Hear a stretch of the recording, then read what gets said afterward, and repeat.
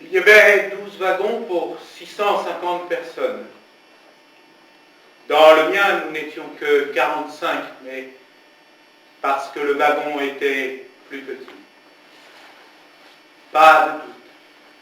Ce que nous avions sous les yeux, ce que nous sentions sous nos pieds, c'était bien un de ces fameux convois allemands, de ceux qui ne reviennent pas et dont nous avions si souvent entendu parler en tremblant et vaguement incrédules. C'était bien ça. Très exactement. Des wagons de marchandises fermés de l'extérieur et dedans entassés sans pitié comme une marchandise en gros, des hommes, des femmes, des enfants, des vieillards. Nous savons aussi que même ce semblant de critères dans la discrimination entre ceux qui étaient jugés aptes et ceux qui ne l'étaient pas ne fut pas toujours appliqué et qu'un système plus expéditif fut adopté par la suite. On ouvrait les portières des deux côtés sans avertir les nouveaux venus, ni leur dire ce qu'il fallait faire. Ceux que le hasard faisait descendre du bon côté entraient dans un camp. Les autres finissaient à la chambre à gaz. Ainsi mourut la petite Emilia, âgée de 3 ans. Tant était évidente aux yeux des Allemands la nécessité historique de mettre à mort des enfants de 3 ans. Emilia.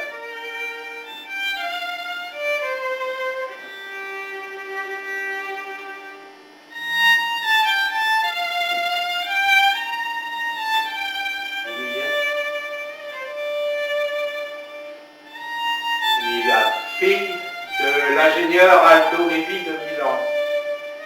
Une petite fille gaie, curieuse, intelligente, ambitieuse, à laquelle ses parents avaient réussi au cours du long voyage dans le wagon blindé à faire prendre un bain dans une bassine en zinc avec de l'eau tiède qu'un mécanicien allemand dégénéré avait consenti à prélever sur la réserve de la locomotive qui nous entraînait tous vers la mort. Ainsi disparurent en un instant par traîtrise nos parents, nos femmes, nos enfants. Presque personne n'eut le temps de leur dire adieu. Nous les aperçûmes encore un instant, près d'une masse sombre à l'autre bout du quai, puis nous ne vîmes plus rien. Puis le camion s'est arrêté et nous avons vu apparaître une grande porte surmontée d'une inscription vivement éclairée. Aujourd'hui encore, son souvenir me poursuit en rêve. Arbeit, Macht, Frei. Le travail rend libre.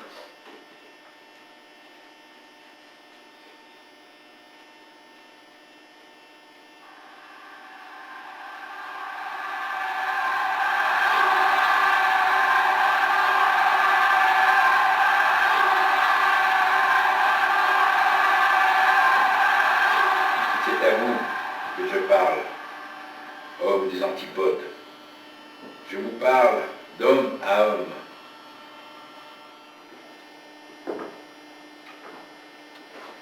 Nous savons en disant cela que nous serons difficilement compris. Et il est bon qu'il en soit ainsi.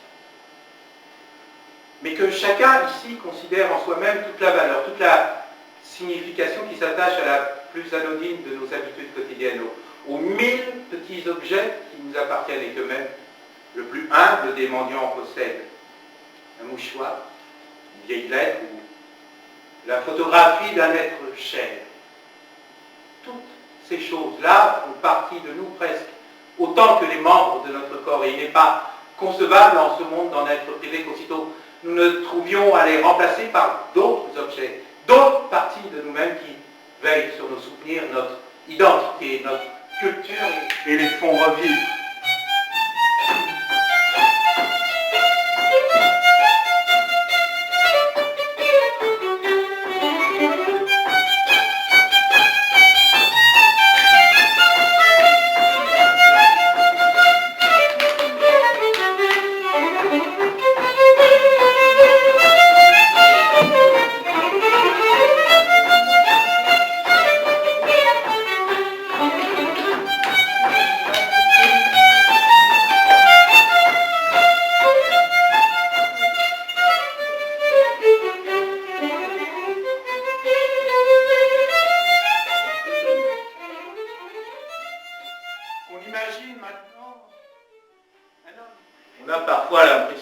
humaine de la vie et de l'histoire. Une loi féroce que l'on pourrait énoncer ainsi. Il sera donné à celui qui possède, il sera pris à celui qui n'a rien. Dans la vie, il existe une troisième voie. C'est même la plus courante. Au camp d'extermination, il n'existe pas de troisième voie. Le plus simple est de succomber. Il suffit pour ça d'exécuter tous les ordres qu'on reçoit, de manger que sa ration et de respecter la discipline au travail et au camp. L'expérience prouve qu'à ce rythme, on résiste rarement plus de 3 mois. Tous les faibles qui finissent à la chambre à gaz ont la même histoire. Ou plutôt, ils n'ont pas d'histoire du tout. Ils ont suivi la pente jusqu'au bout, naturellement, comme le ruisseau va à la mer.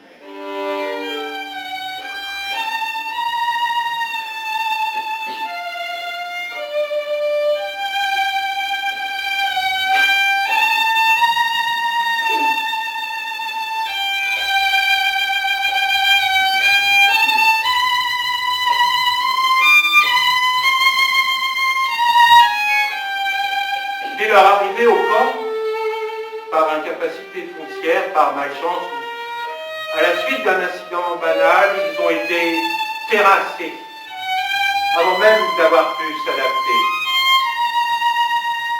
Ils sont pris de vitesse. Et quand enfin ils commencent à apprendre l'allemand et à distinguer quelque chose dans l'infernal enchevêtrement des lois et des interdits, leur corps est déjà aminé. Et plus rien désormais ne saurait les sauver de la sélection ou de la mort par faiblesse. Leur vie est courte, mais leur nom infini. Ce sont eux les damnés de nerfs du camp. Eux la masse anonyme constamment renouvelée et toujours identique. Eux les non-hommes en qui l'étincelle divine s'est éteinte et qui souffrent et peinent en silence. Trop vite déjà pour souffrir vraiment. On hésite à les appeler des vivants. On hésite à appeler morts. Une mort qu'ils ne craignent pas parce qu'ils sont trop épuisés pour la comprendre. Hier soir, le soleil s'est irrévocablement couché dans un enchevêtrement de brouillard sale de cheminée d'usine de fils barbelés. Et ce matin, c'est l'hiver. Nous savons ce que cela veut dire parce que nous étions déjà là l'hiver dernier. Les autres comprendront vite. Ça veut dire que dans les mois qui viennent, 7 sur 10 d'entre nous mourront. On sent l'approche des sélections. Selection. Le mot hybride mi-latin, mi-polonais revient de temps en temps, puis de plus en plus souvent dans les conversations en différentes langues. Ceux qui n'ont matériellement plus aucune chance de s'en tirer se consolent comme ils peuvent. Aux latrines, au lavabo, c'est à qui exhibera en premier son thorax, ses fesses, ses cuisses, pour obtenir de son voisin quelques paroles de réconfort. Tu peux être tranquille. Ce ne sera pas encore pour cette fois. Tandis que moi, par contre, et l'autre de baisser son pantalon et de soulever sa chemise. Personne ne refuse cette aumône à son voisin. Personne. Comme d'habitude, la nouvelle nous est arrivée nimbée de détails suspects et contradictoires. Ce matin même, à l'infirmerie, il y a eu sélection avec un pourcentage de 7% du total des hommes et de 30 à 50% de celui des malades.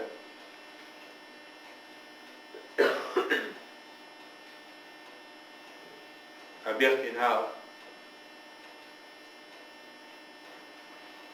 La cheminée du four crématoire fume depuis 10 jours. Les oiseaux se sont tus. J'ai lu comme vous tous les journaux, tous les bouquins, et je n'ai rien compris au monde. Et je n'ai rien compris à l'homme, bien qu'il me soit souvent arrivé d'affirmer le contraire. Mais quand la mort est venue, peut-être ai-je prétendu savoir ce qu'elle était, mais vrai. Je puis vous le dire à cette heure. Elle est venue tout entière dans mes yeux étonnés. Étonnée de si peu comprendre. Avez-vous mieux compris que moi? Il nous faut lever le nez pour avoir un peu d'air et surtout ne pas froisser ou perdre la fiche que nous tenons à la main. Le chef de bloc a fermé la porte de communication entre Tagesroom et le dortoir. Il a ouvert les deux portes qui donnent sur l'extérieur, celle du Tagesroom, celle du dortoir. C'est là, entre ces deux portes, que se tient l'arbitre de notre destin en la présence d'un sous-officier SS. Une baraque de 200 hommes est faite en 3 ou 4 minutes. Un camp entier de 12 000 hommes en un après-midi. Puis, tout sembla s'arrêter. Quelques minutes plus tard, il était évident que le camp avait été touché. 2 baraques étaient en flammes, 2 autres étaient complètement pulvérisées. Et c'était toutes des baraques.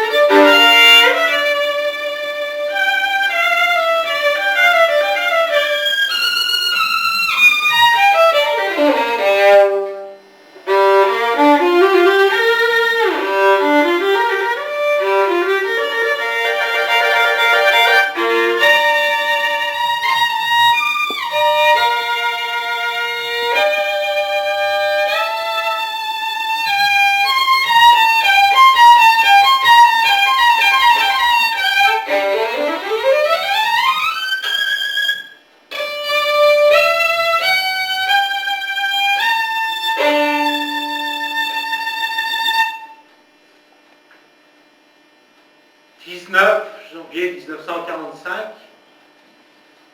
je n'ai jamais rien vu ou entendu qui puisse approcher du spectacle que nous eûmes alors sous les yeux.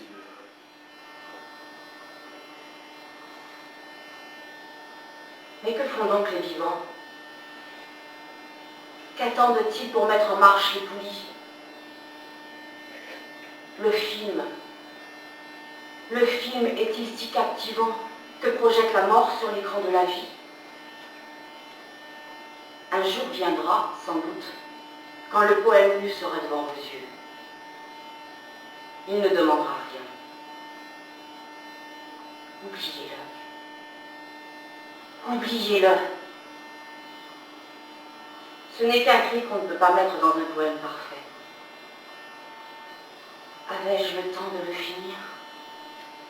Mais quand vous foulerez ce bouquet d'orties qui avait été moi, dans un autre siècle, en une histoire pour vous périmée, souvenez-vous seulement que j'étais innocent et que, tout comme vous, mortel de ce jour-là, j'avais, moi aussi, un visage marqué par la colère, par la pitié et la joie. Un visage d'homme, tout simplement.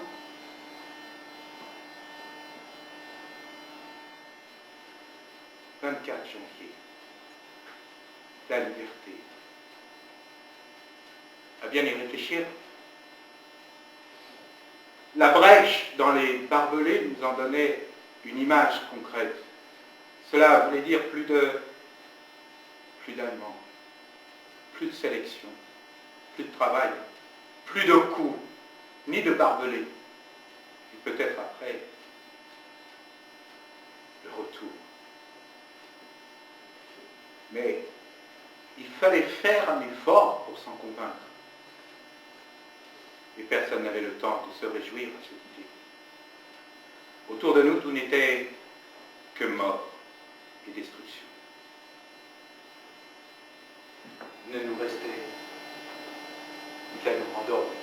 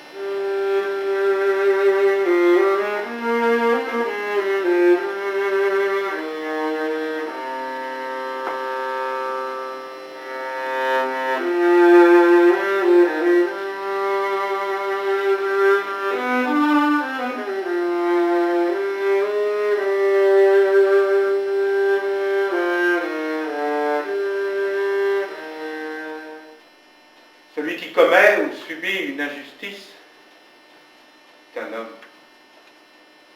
Mais celui qui se laisse partager son lit avec un cadavre,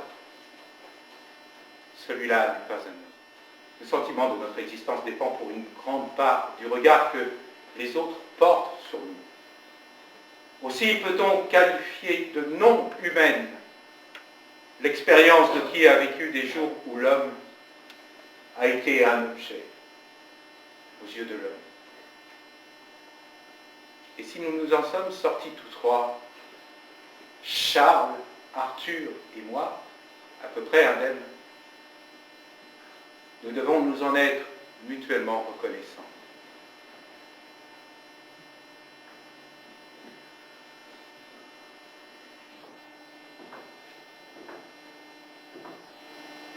Vous qui vivez en toute quiétude, bien au chaud dans vos maisons, vous qui trouvez le soir en rentrant la table mise et des visages amis, n'oubliez pas que cela fut.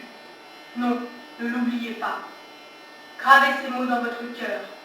Pensez-y chez vous, dans la rue, en vous couchant, en vous levant. Répétez-les à vos enfants. Parce que ce qui est arrivé peut recommencer. Les consciences peuvent à nouveau être déviées et obscurcies. Et notre aussi. Primo Levi.